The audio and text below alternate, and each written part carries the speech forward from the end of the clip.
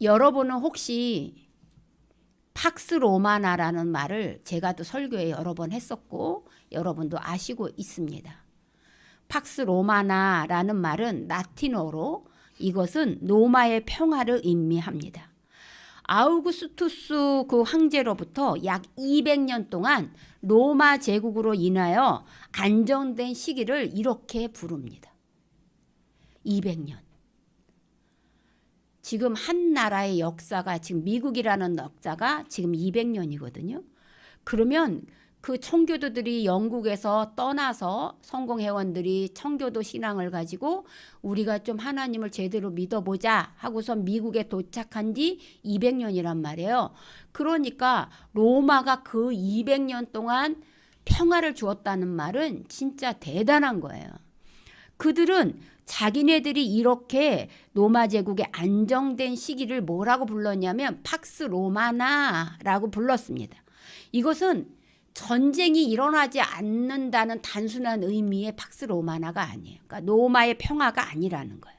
그것은 정치적으로 질서가 확립됐고 경제적으로도 번영해서 잘 살게 됐고 또 어떻게 보면 모든 길은 로마로라는 말 들어보셨습니까? 그 로마로 행하는 그런 모든 것들은 서방과 동방을 이어주는 교역로를 만들어주는 그 역할까지도 다 함께 해당되어 있는 것입니다. 그러므로 모든 것이 로마로부터 당하는 그런 평화, 그런 것이 팍스 로마입니다. 그러므로 아우구스투스를 비롯해서 200년 동안 수많은 10명이 넘는 황제들이 그렇게 하고 있던 그들에게 우리는 황제는 신이라고 생각한다는 거예요. 황제는 신이다. 그래서 뭐라 그러냐면 이 평화는 황제가 주는 거다.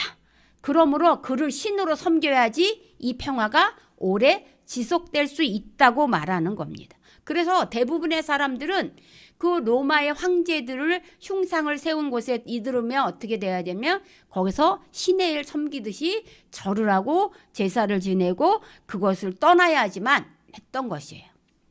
그들에게 로마가 지배하는 나라에서의 삶을 한 글자로 줄이면 평화. 너무 평안한 삶이었던 거예요. 그래서 그들은 늘 잔치를 벌였고 여러분 로마에 여행을 가시면 알겠지만 원형극장에 의자가 있어요. 원형극장을 만들어 놓고 그 의자가 이렇게 있는데 그 다 돌로 의자를 만들었거든요. 근데 그 의자의 특이점은 우리 어르신들이 계신 집은 알아요. 어머님들 이렇게 변기를 받아내는 의자가 구멍이 뚫린 것처럼 그 돌도 구멍이 뚫려 있어요. 그리고 로마의 시민들은 원피스를 입었어요. 속옷을 입지 않았어요. 유대인들도 마찬가지. 속옷이 있는 건 얼마 되지 않았어. 그러므로 그들은 영국을 보면서 거기에 또 식탁 테이블도 있어요. 그래서 그것을 먹으면서 너무 많이 먹고 그러니까 어떻게 되냐면 거기서 싸는 것까지 같이. 그래서 밑에는 수로가 있어요. 그래서 여러분들이 똥을 싸면 이게 수로가 줄줄줄줄 내려가서 저쪽 한 배수구로 흘려나가게끔 그 정도로 팍스 로마를 즐겼어요. 엄청난 겁니다. 그런데요, 오늘 본문에는 어떤 내용이 나냐면 이 팍스 로마나를 거부하는, 로마가 주는 평화를 거부하는 자들이 나타났다는 거예요. 그들이 바로 누굽니까? 그들이 그리스도교입니다. 예수님은 언제 태어나셨냐면 아우구스투스라고 제가 말씀을 드렸으니까 예수님은 이런 팍스 로마나 시대에 예수님이 태어났어요. 우린 그걸 잊어버리고 있어요. 종종. 예수님이 태어난 시기와 팍스 로마나는 별개라고 생각하고 있는 거예요. 그래서 예수님의 제자들이 복음을 전할 때는 팍스 로마나 시대고 그리고 예수님이 태어날 때는 아니라고 착각하는 거예요. 200년을 계속 지속하고 있었으니까 예수님이 태어났던 시기에도 팍스 로마나 시기였어요. 그런데 로마가 주는 평화를 거부했다는 죄로 예수님의 십자가 위에는 유대인의 왕이라는 편말을 썼다는 겁니다. 로마가 모든 나라를 주인인데 유대인의 왕이라는 건 그건 정치적인 죄목으로 됐다는 거예요. 십자가 처형을 받았다는 거예요. 예수님이 전한 건 못밖에 없었어요. 예수님은 무엇을 전했어요? 뭘 전했어요? 하나님 나라. 하나님 나라만 정했어요. 여러분 모두에게 말한 그 모든 것들은 결국 무엇으로 연결됐냐면 하나님 나라에 가는 길에 대한 얘기만 했다고요. 그런데 하나님 나라만 선포하고 가르쳤는데 그에 의지하는 상관없이 무슨 범이 됐다고요? 정치범이 됐다고요. 정치범이 되어서 바로 반역자를 우리의 주로 섬기는 그리스도인들을 로마가 가만히 내버려 두겠냐고요. 우리는 어때요? 우리는 예수 그리스도를 믿는 것들이 왠지 부끄러워 감춰요. 우리 어렸을 때만 해도 교회 가면 혼나니까 교회 가는 걸 사실을 감췄어요. 그런데 여러분 그게 감춰집니까?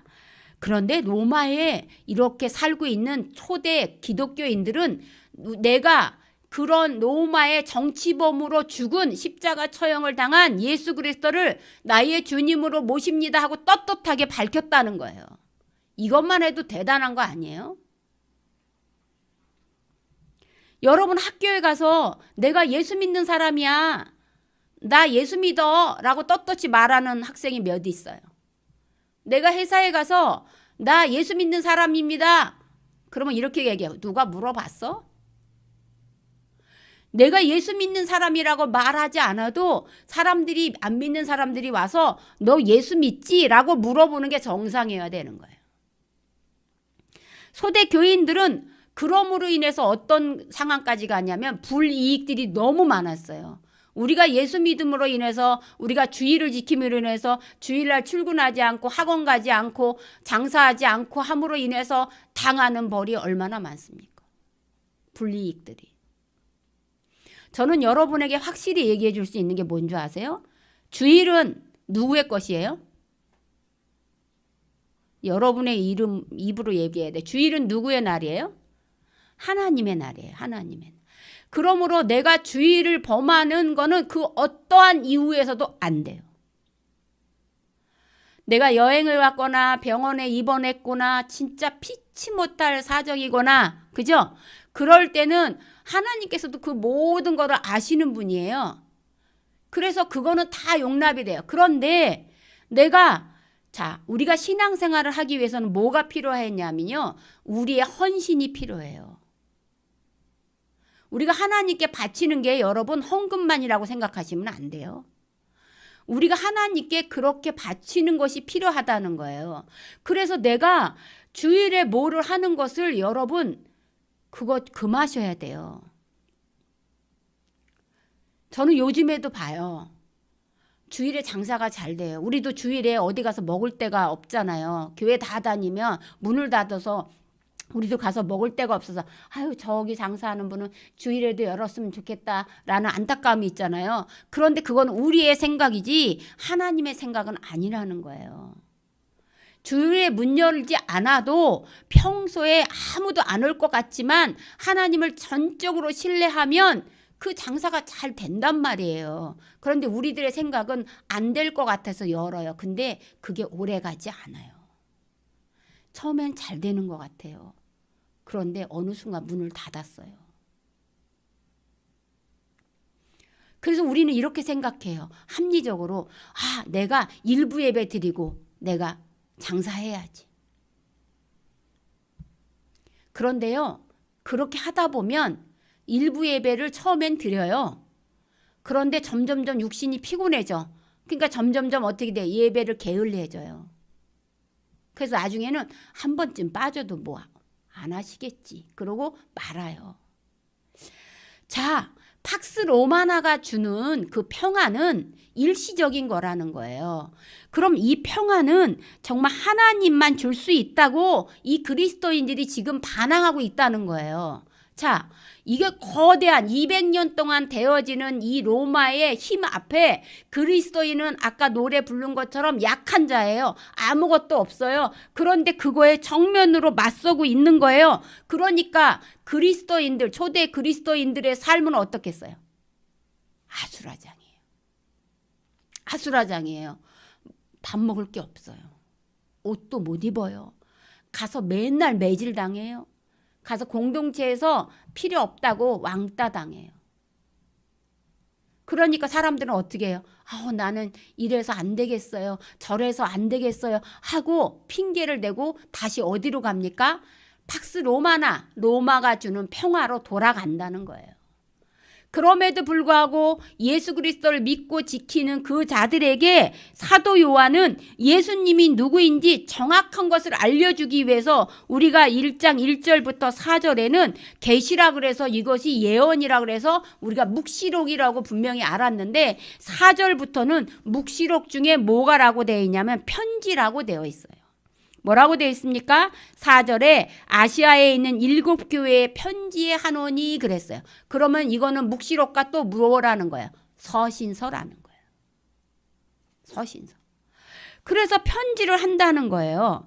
그러면 지금 사도 요한은 누구에게 편지를 하는 거예요? 아시아에 있는 7교회에 편지한다고 그랬어요. 이제 그 7교회가 나올 건데요. 그 7교회를 말하는 게 아니라 바로 교회의 대명사가 7교회라는 거예요. 그 7교회는 7문제를 갖고 있었어요. 그런 다른 교회들은 그 7교회에 속해 있는 문제들이 다 포함되어 있는 교회라 그 대표적인 7교회에 사도 요한은 예수 그리스도가 누구인지를 설명하고 있다는 거예요. 아까 엄청난 팍스 로마의 그런 축복이 아니라 다른 어려움 속에서 그렇게 됐다고 얘기를 해줬어요. 자, 그러면 여기서 예수님은 누구냐? 우리는 지난주에 예수님께서 에고 에이미, 나는 무엇이다, 생사의 양선 북일참이라고 얘기해드렸어요. 나는 생명의 떡이다. 나는 세상의 빛이다. 나는 양의 문이다. 나는 선한 목자다. 지금 못 따라오면 이거는 성경을 안 읽은 거예요. 자, 그 다음에 뭐예요? 나는 길이요 진리다. 나는 부활이요 생명이다. 나는 참 포도나무다. 이렇게 얘기했다는 거예요. 그런데 예수님은 그렇게 얘기했는데 지금 이 땅에서 발버둥을 치고 고난을 당하고 있는 이 교인들에게 과연 예수님은 저 하늘나라에서 어떤 분으로 우리에게 다가오고 있냐는 거예요. 그것을 예수님은 이런 사람이다라고 확정져서 하신 말씀이 바로 딱 5절에 나와 있다는 거예요. 사도요. 5절을 함께 같이 앞부분만 읽어보겠습니다. 또 충선된 증인으로 죽은 자들 가운데서 먼저 나시고 땅의 임금들의 머리가 되신 예수 그리스도로 말미암아 그랬어요. 여기까지. 여기서 지금 사도 요한이 예수님이 지금 누구인지를 3가지로 여기서 얘기하고 있다는 거예요. 그러니까 여러분은 오늘 이 본문만 머릿속에 딱 들어와야 되는 거예요. 사도 요한이 말한 예수 그리스도는 첫 번째 충성된 증인으로 선지자적 삶을 살아가신 분이라는 거예요. 충성된 증인. 근데 저는 이거를 선지자적 삶 이렇게 얘기했어요. 충성된 증인이라는 게 뭘까요? 여러분, 증인은 뭐예요? 내가 여러분 증인으로 세우겠습니다 하죠. 증인이 뭐야? 고은이? 증거를 댈 수 있는 사람. 증거가 뭐예요? 내가 본 것을. 예. 그러니까 증인은 뭐예요? 내가 본 것을 그대로 말로 확인할 수 있는 사람이 증인이에요. 근데 이 증인이 예수님인데 뭐를 증인했냐면 충성된 증인이에요. 충성은 뭐예요? 누구한테 하는 거예요? 나에게 무엇을 시킨 사람에게. 목사님이 너 이거 해 그러면 내가 이것을 했습니다라고 충성되게 그 한 일을 보고할 수 있어야 되는 거예요. 쉽게 얘기하면. 그런데 예수님은 누구의 일을 했다는 거예요? 하나님이 나를 이 땅에 보내준 일을 어떻게 마쳤다는 거예요? 충성되게 마쳤다는 거예요. 충성된다는 말은 뭐예요? 나는 없고 오로지 보내신 이의 뜻대로 행하는 것을 충성이라고 얘기하는 거예요. 그러니까 지금 예수님은 하나님께서 이 땅에 나를 보내주셨어. 그래서 하나님의 나라에 대해서 이 땅에 보고 자기가 들은 것, 기억하고 있는 것을 이 땅 사람들에게 증언해야 돼. 그러다 보니까 어떤 사람이 말해서 이 땅에 있는 사람과 저 하나님의 나라의 것을 전하려고 하니까 여러분 보십시오. 지역적으로도 서울에 사는 사람과 문산에 사는 사람들이 만나면 지역색으로 서로가 안 맞아요. 그죠? 경상도와 전라도가 싸우는 이유가 뭐예요? 지역적으로 다르기 때문이에요. 근데 하나님 나라에서 이 땅에 내려와서 하나님의 말씀을 전해 이 땅에 있는 사람들 이 땅의 모든 것을 누리고 싶은데 그 누리는 것이 잘못됐다고 얘기해. 그러니까 예수님께서 이 증언의 선지자적 삶을 살다 보니까 누가 나타나요? 대적자가 나타나요. 그죠? 그를 조롱하는 자가 나타나요. 그를 반대하는 자가 나타나요. 그를 야유하고 해방하는 자가 나타나요. 그래서 예수님이 끝에는 어떻게 됐어요? 그들로 인해서 죽었어요.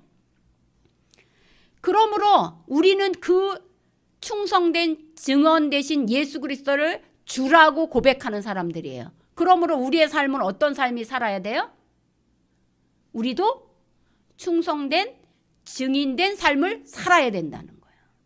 근데 예수님은 누구에 대해서 증언했어요? 하나님에 대해서. 그럼 우리는 누구에 대해서 증언해야 돼요? 예수님에 대해서. 이해되신 거죠? 그러므로 우리도 그런데 그러면 우리가 예수님에 대한 얘기를 하려 그러면 이 세상에 사는 사람들은 우리에게 어떻게 할까요? 야유하고 조롱하고 멸시하고 핍박하고 고난을 주고 어려움이 있을 거라는 거예요. 그러니까 근데 그런 고난이 와도 예수님이 십자가에 못 박혀 죽었어요. 그래서 우리도 언젠간 어떻게 돼요? 반드시 예수님으로 인해서 죽을 날이 온다는 거예요. 큰일 났어요. 이제 여러분은. 이제 죽을 날이 온다는 거예요. 그런데 우리는 이미 답을 알고 있어요. 그 예수님은 죽었어요. 분명히. 그런데 3일 만에 다시 부활하셨어요. 그렇기 때문에 우리는 역사를 배웠기 때문에 역사 속에서 예수님께서 하나님을 증언하는 삶을 충신되게 했다 보니 다시 3일 만에 부활한 것처럼 우리도 예수 그리스도를 전하다가 어렵고 힘든 일을 만나서 우리가 너무 넘어지고 좌절하고 죽을 수밖에 없는 상황 속에서도 우리가 어떻게 된다는 거예요? 다시 살아난다는 걸 믿어야 돼요. 그렇기 때문에 내가 고난이 오면 어떻게 해야 된다고요? 아싸! 나 예수님의 제자가 맞는가 봐 라고 생각해야 된다는 거예요. 이해되셨어요? 그러니까 충성된 증인으로 선지자적인 삶을 사는 분이 예수님이라면 그것을 따르는 우리가 그를 주님으로 따르는 우리도 주님을 충성되게 증언하는 삶을 살아서 그래서 고난이 오면 아 이게 나에게 곧 축복이라고 여길 수 있는 기쁨의 삶을 살아야 된다는 거예요. 한번 주변을 돌아보세요. 옆에 얼굴을 보세요. 얼굴에 기쁨이 있나? 제가 지난주에 말했죠. 빛이신 예수 그리스도에게 가까이 가면 나는 뭐가 돼야 돼? 얼굴이 빛나야 돼요. 근데 얼굴이 어두고 막 인상 쓰고 막 찡그리고 앉아있고 이러면 어떻게 돼요? 그건 예수 그리스도의 복음의 삶을 사는 게 아니라는 거예요. 그러니까 여러분 얼굴에 대해서 책임을 져야 돼요. 내가 얼굴로 인해서 기쁨이 있어야 돼요. 고난을 당하는데 웃어. 무슨 소리인지 아시겠어요? 그러므로 제가 몇 달 전에 한 달도 안 됐을 거야. 아주 대박친 그 폭군의 셰프라는 그 드라마에서 바로 말한 것처럼 역사를 알고 있는데 비행기에서 갑자기 과거로 돌아가서 연산군으로 되는 사람을 만나서 그 폭군의 셰프가 되면서 그때 그 셰프가 하는 말이 그거예요. 나는 역사를 알기 때문에 이것이 어떻게 돌아가는지를 안다. 그래서 나는 괜찮다. 그래서 그때 조선시대에 그런 폭군에 맞서서 당당히 싸우는 그 주인공을 볼 수 있었어요. 우리도 예수님께서 어떻게 돌아가셨고 어떻게 살았고 어떤 결론을 얻었는지를 이미 아니까 여러분이 고난을 받으면 그 고난으로 인해서 오히려 기뻐하는 삶을 살면 여러분 남자들끼리 싸웠을 때 가장 무서운 사람이 누군지 알아요? 힘센 사람이 아니라는 거예요. 맞고도 넘어지고도 어떻게 하는 사람? 일어나서 또 웃는 사람이라는 거예요. 고난이 오는데 넘어지지도 않고 계속해서 기쁨으로 삶을 살아가는 사람을 당할 사람은 없다는 거예요. 두 번째는 우리 두 번째 5절에 보면 죽은 자들 가운데서 먼저 나시고 그랬어요. 그러면 예수님은 죽은 자들 가운데서 먼저 나신 분이라는 거예요. 우리가 엄마 뱃속에서 응애 하고 쌍둥이가 태어났어요. 1분이든 20초든 5분이든 먼저 태어난 사람을 뭐라고 얘기해요? 응? 형이라고 하죠. 장자라고 얘기하죠. 그런데 지금 죽은 자 가운데서 누가 먼저 태어났다는 거예요?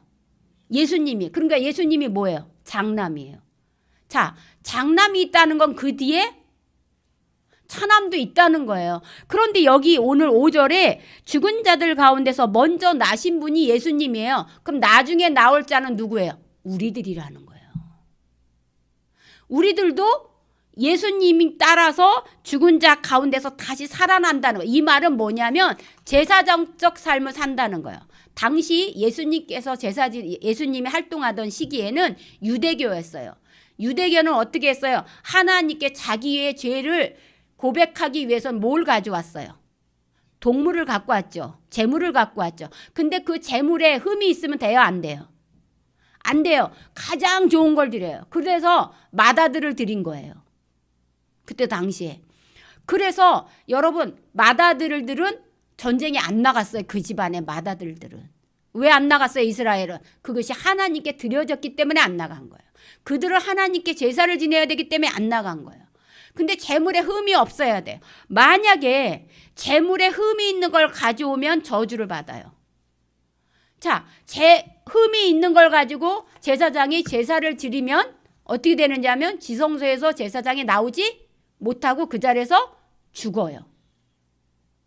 그런데 예수님께서 친히 제물이 되어주시고 제사장이 되어서 하나님께 예배를 드렸다는 거예요. 제사를 드렸다는 거예요. 그런데 어머, 하나님께서 그 제사를 어떻게 받았다는 거예요? 기쁨으로 받았다는 거예요. 자, 이 말은 뭐예요? 이 말은 완전한 제사를 누가 드렸다는 거예요? 예수 그리스도께서. 뭘로? 완전한 제물로, 자기 자신을 드림으로 인해서 드렸다는 겁니다. 그러므로 자, 장남이 된다는 것, 하나님의 장자가 된다는 건 모두 같이 누리는 거예요. 고난도 받지만 모두 받아요? 축복.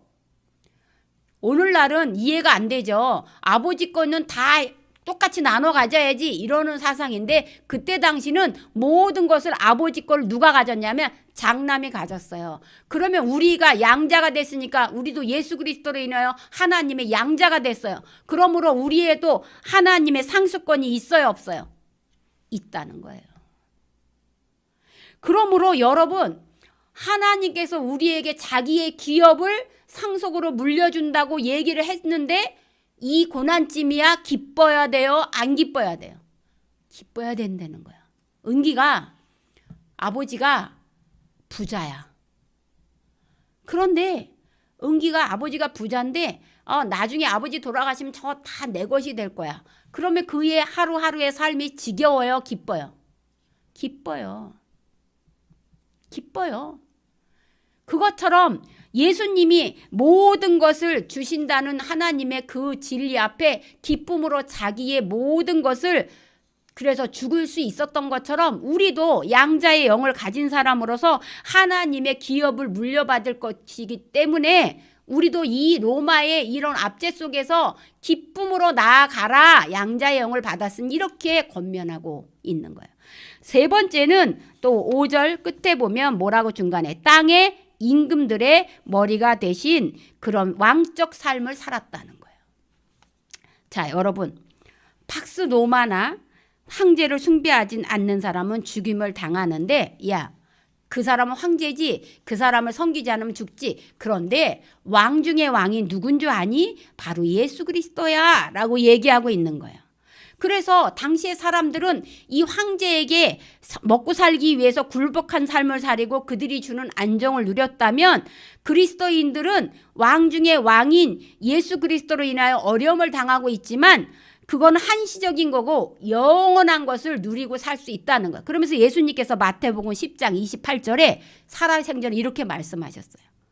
몸은 죽어도 영혼은 능히 죽이지 못하는 자들을 두려워하지 말고 오직 몸과 영혼을 지옥에서 멸하시는 자를 두려워하라 그랬어요. 그죠? 그러니까 예수님께서 이미 이런 어려움이 있을 걸 알고 두려워할 자를 두려워하라 그러는데 세상의 황제를 두려워하는 게 아니라 영과 육을 죽일 수 있는 하나님을 두려워하라고 미리 말씀해 주셨다는 거예요. 자, 여러분, 왕 중에 왕이 예수라고 제가 말했어요. 왕적 권위. 자, 우리는 복음서에서 예수님의 족보 두 가지를 볼 수 있어요. 어디와 어디가 있어요?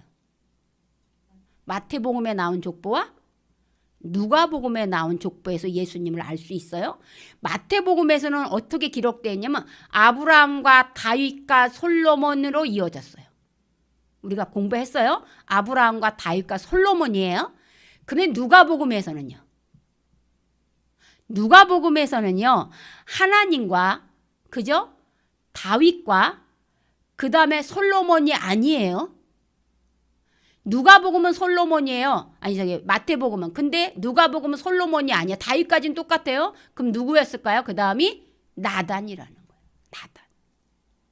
나단은 누구예요? 솔로몬의 큰 형이에요. 그럼 목사님 이게 어찌 된 일이에요? 자, 분명히 하나님께서 다윗에게 뭐라 그랬냐면 다윗의 왕조를 이어갈 것이라 그랬어요. 나를 끝까지 잘 섬기면. 그죠? 끝까지 잘 섬기면. 그랬는데 마태복음에는 유대인 남자들을 위해서 썼기 때문에 그래 다윗 다음이 솔로몬이었지. 솔로몬 다음에 쭉쭉쭉쭉 르호보암이었지. 그러면서 누구야까지 가면 여호야까지 갔어요. 그런데 예레미야에 보면 예레미야가 이런 선언을 했어요. 여호와라는 사람은 누구냐면 여호야긴이라는 왕이었는데 그 여호야긴은 바벨론 포로 시절에 끌려갔어요. 그래서 예레미야에도 이렇게 예언해놨어요. 여호야긴에게는 무자할 것이니 그랬어요. 자식이 없다 그랬어요. 그래서 그게 끊어졌어요? 안 끊어졌어요? 끊어졌어요. 그래서 솔로몬으로부터 이어온 왕권은 여호야긴 시대부터 끊어져서 없어요. 왕권이 이미.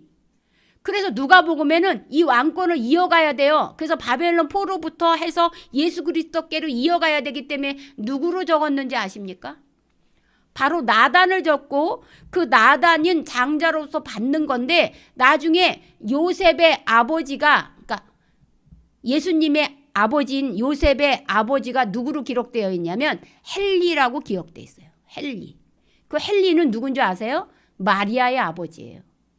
근데 여자는 족보를 기록할 수가 없어서 그러면 뭘로 가는 거예요? 예수 그리스도는 탄생해야 되는데 다윗의 왕조로 탄생을 해야 돼요. 근데 다윗의 핏줄은 이미 왕이 되지 못한다고 얘기했어요. 나단으로도 안 되고 솔로몬으로도 이미 끝났어요. 근데 어떻게 예수님께서 다윗의 자손이요 라는 칭호를 받을 수 있냐는 거예요.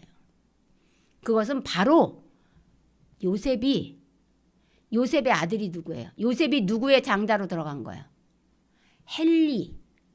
마리아가 어디예요? 아론 지파라 그랬죠. 거기에 그 밑으로 들어갔고 예수님은 누구의 양자가 된 거예요? 요셉의 양자가 된 거예요. 요셉의 양자. 자, 요셉의 친아들이에요, 예수님이? 고은이, 예수님이 요셉의 친아들이에요? 그런 거 목사님이 안 가르쳐줬는데요. 아니잖아요. 마리아가 뭐로 잉태된 거예요? 성령으로 잉태된 거예요. 나는 남자를 알지 못하는 내가 어떻게 임신을 해요? 그랬잖아요. 근데 하나님께서 능치 못함이 없다 그랬단 말이에요. 그러니까 엄밀히 혈연적으로 볼 때 예수님의 아버지는 누구예요? 요셉이 아니에요. 그런데 하나님께서 이 사람의 몸으로 태어난 게 아니라 성령의 몸으로 태어난 예수를 왕으로 삼아야 돼요. 그렇기 때문에 어떻게 했어요? 마리아라는 처녀의 몸에 잉태함으로 인해서 다윗의 족보를 가지고 있는 누구의 아들이 양자로 된 거예요. 요셉의 아들의 양자로 들어간 거예요. 이해되셨어요? 그러니까 아까 제가 말한 것처럼 우리가 예수 그리스도로 인해서 뭐가 됐어요? 하나님의 양자가 됐잖아요. 그러므로 우리도 왕적인 권위가 있어요, 없어요? 있다는 거예요. 제가 지금 족보를 통해서 이렇게 얘기해 드리는 거예요. 그러므로 우리도 왕적인 그런 권위가 있는 양자의 영을 받았어요. 그래서 로마서에서 아빠, 아버지라 양자의 영을 받았으니 바울이 우리에게 가르쳐줬어요. 그러므로 우리는 하나님의 모든 상속권을 다 가진 자들이에요. 자, 저는 여러분에게 이 말씀을 드리고 싶습니다. 거기에 보면 무슨 말씀이 있냐면 우리가 이 모든 것들 가운데서 함께 하시는 분을 여러분 했던 것처럼 자, 존 버년이라는 자가 무슨 책을 썼는지 알아요? 우리 지원이 이제 고2잖아. 여기서 머리 제일 똑똑한 사람 지원이밖에 없어. 다 지금 쇠퇴했어. 존 버년이라는 사람 뭘 썼을까? 이것도 시험 문제 나올 수 있는데 고은이 뭐 썼을까? 자, 은기가 불안에 떨고 있어. 은기 뭐 썼을까? 자, 뭔지 아는 사람. 우리 시험 보면 다 빵점이에요. 철로 역정이라는 걸 썼어요. 굉장히 유명한 거예요. 이거 시험 문제 나오는 거예요. 존 버년이라는 사람이 철로 역정이라는 걸 썼는데 여기서 여러분 명심하셔야 돼요. 그것에 한 순례자가 나와요. 여러분 한번 시간 되면 읽어보세요. 한 순례자가 나오는데 지금 십자가의 길까지 가야 되는 거, 예수님을 찾아가야 되는 거, 순례자니까. 거기에 대해서 뭔가 삶의 의미를 찾아가는 중이에요. 의미를 찾아가는데 길거리에서 맹수 2마리가 사슬에 묶여가지고 엄청나게 무서운데 이 좁은 길이에요. 이 좁은 길을 걸어가는데 여기서 맹수 2마리가 으르렁거리면서 막 달려드는 거예요. 그랬을 때 우리가 좌우를 보고 이 맹수를 보면 거기를 갈 수 있어요, 없어요? 못 간다는 거예요. 무서워서. 그런데 철로 역정에 나온 순례자는요. 그것을 보지 않고 뭐만 보냐면 이 좁은 길 끝에 저기서 막연히 보이는 불빛을 향해 가요. 그 빛을 향해서 아무것도 안 봐요. 계속 그 길만을 향해서 갔어요. 그랬더니 마침내 목적지에 다다랐더라 라고 철로 역정은 해피엔딩으로 끝난다는 거예요. 사랑하는 성도 여러분, 요즘은 팍스 로마나가 아니라 팍스 아메리카나입니다. 아, 팍스 아메리카나라 보니까 새로운 커피인가 보다. 아니에요. 우리는 지금 어떤 시대를 살고 있다는 거예요? 미국이 주는 평화 속에 살아가고 있다는 거야, 이 시대는. 그래서 이 미국 말을 듣지 않으면 우리나라에게 불이익이 당해지고 있다는 거예요. 여러분도 동감하시지 않습니까? 우리나라 내 말을 안 들으면 관세 이렇게 할 거야. 내 말을 안 들으면 니네한테 군사 안 보내. 내 말을 안 들으면 하고 어느 순간에 이 미국이라는 나라가 200년밖에 안 됐는데 뭐를 본뜨고 있냐면 팍스 로마나 시대에 그것을 똑같이 따라가고 있다는 거예요. 그러니까 그러면 어떻게 해요? 우는 사자처럼 우리의 옆에서 막 우리나라를 약한 나라들을 다 끌어내리려고 하고 있어요. 그럼 우리는 이 성경 속에서 답을 찾았잖아요. 뭐만 해야 돼? 우리가 성도가 그 팍스 아메리카나를 살아가고 있는 그리스도인들은 어떻게 살아가야 돼요? 아까 철로 역정처럼 옆에서 으르렁거리는 그 사자를 볼 게 아니라, 그래서 이거 정말 망할 징조라고 얘기할 게 아니라 무엇만을 보고 가야 되냐면 빛이신 예수 그리스도만을 보고 앞으로 전진 또 전진을 하는 수밖에 없다는 거예요. 근데 나 혼자는 가기 힘들어. 그러니까 누가 하는 거냐면 옆에서 누가 있냐면 성령이 나에게 자꾸 얘기해 주는 거야. 자, 너는 이길 수 있어. 이기는 자는 이런 걸 줄 거야. 요한복음의 7교회의 마지막 결론이 뭔지 아세요?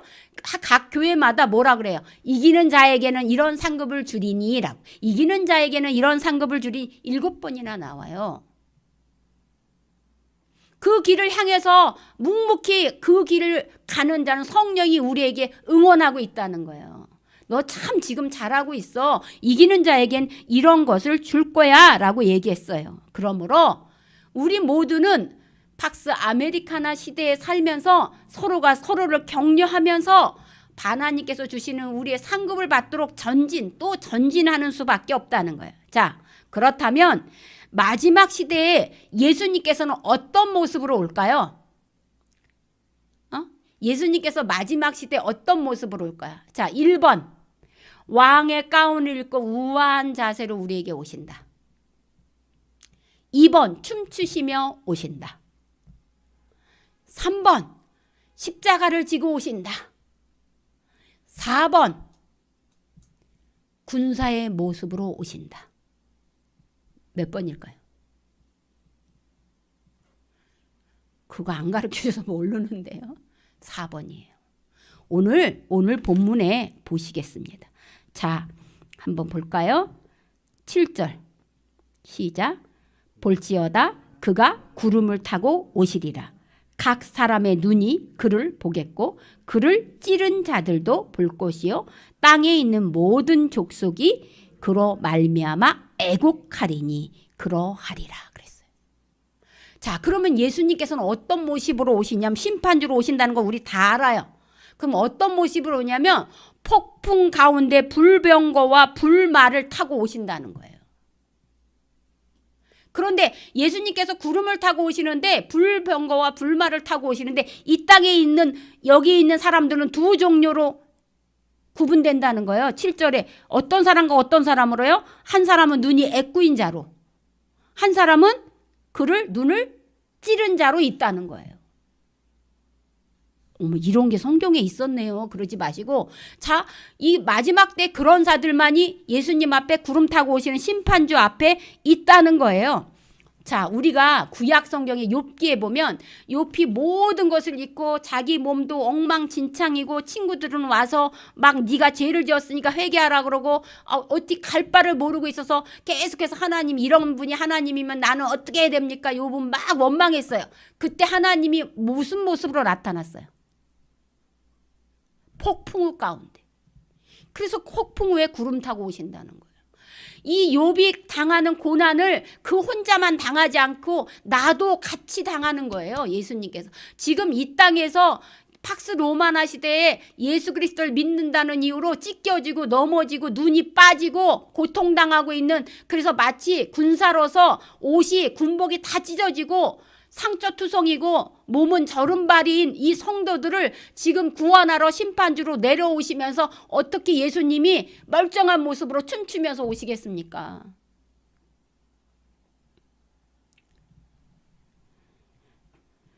그래서 와서 뭐라고 얘기하냐면 지금 두 부류예요. 지금 눈을 찌른 자들은 지금 아까 뒤에 애곡하고 울고 있을 거예요. 걔네들은 못 가요. 그러면 어떤 자가 지금 하나님의 백성이 되는가? 눈이 찔린 자가 가는 거예요. 눈이 찔렸다는 것은 내가 이 땅에서 처절하게 싸웠다는 거야, 안 싸웠다는 거야? 싸웠다는 거예요. 그리고 처절한 모습을 하고 있는 그들에게 예수님께 가서 안아주면서 뭐라고 말했을까요? 앞에 고은이가 있으니까 미루가 있었으면 맨날 미루가 대상인데 고은이에게 얘기해 볼게요. 고은아, 네가 나를 위해 이렇게 치열하게 싸웠구나. 그래서 눈이 뽑혔구나. 옷이 찢어졌구나. 온통 상처투성이구나. 저른바리가 되었구나. 이제 내가 왔으니 그들을 심판하리라 라고 얘기하지 않았을까요? 고은이는 뭐라 그래야 돼? 멍하니 있어야 돼요? 아멘 했어야죠. 그래서 근데 나는 그게 너무 두려워서 못 가겠어요. 고은이 지금 마음이 그런 거예요. 내는 아무리 그때 가서 하나님 나를 칭찬했다 그래도 나 그렇게 눈이 빠지고 옷이 찢어지고 저른바리가 되고 그렇게 못 갈 것 같아요. 그래서 아멘이 안 나온 거예요. 고은이가. 그러면 그때 하나님께서 사도 요한이 힘을 주는 말을 딱 한마디 한 거예요. 그게 오늘의 제목인 거예요. 자, 8절을 읽어보겠습니다. 시작. 주 하나님이 이르시되 나는 알파와 오메가라 그랬어요. 알파와 오메가가 뭐예요? 나는 처음이고 나중이라는 거예요. 하나님께서 처음으로 이 세상을 만드실 때 말씀으로 세상을 만들었어요. 그리고 마지막으로 심판을 오실 때 뭘로 한다는 거예요? 말씀으로 마무리를 하겠다는 거예요. 그게 알파와 오메가예요.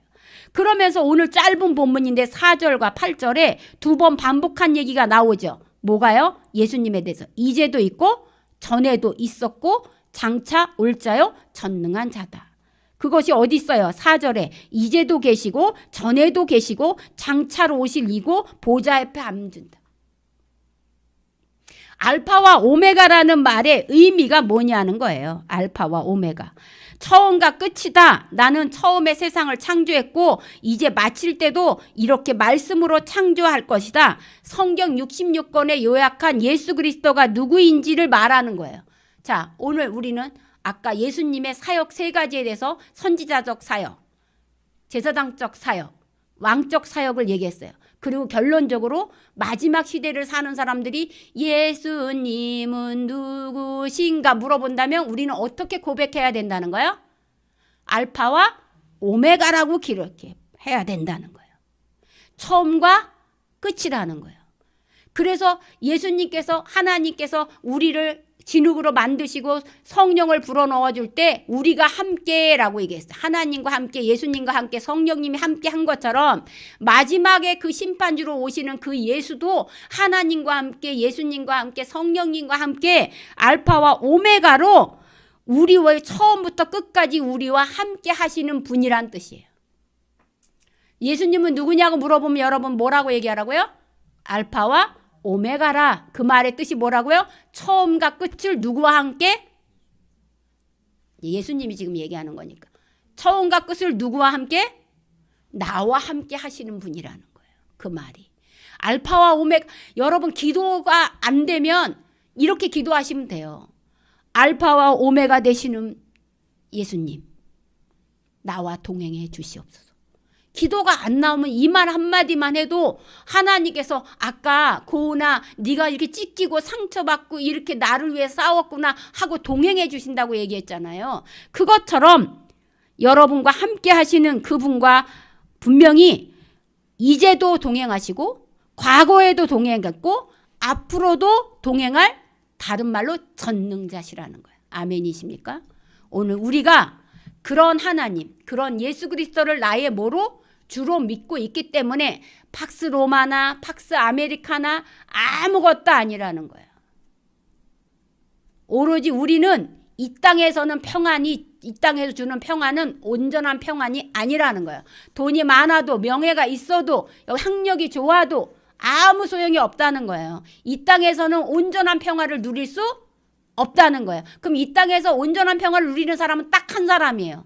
고난 중에 내가 알파와 오메가가 나와 함께 하시는 분임을 믿고 나가는 성도들 외에는. 근데 그 성도들조차 고난을 당하는 것을 기쁨으로 여기고 힘써서 예수님이 누구인가 물어봤을 때 알파와 오메가 되시는 분입니다 함으로 함께 나가는 여러분이 되시기 바랍니다. 기도하겠습니다.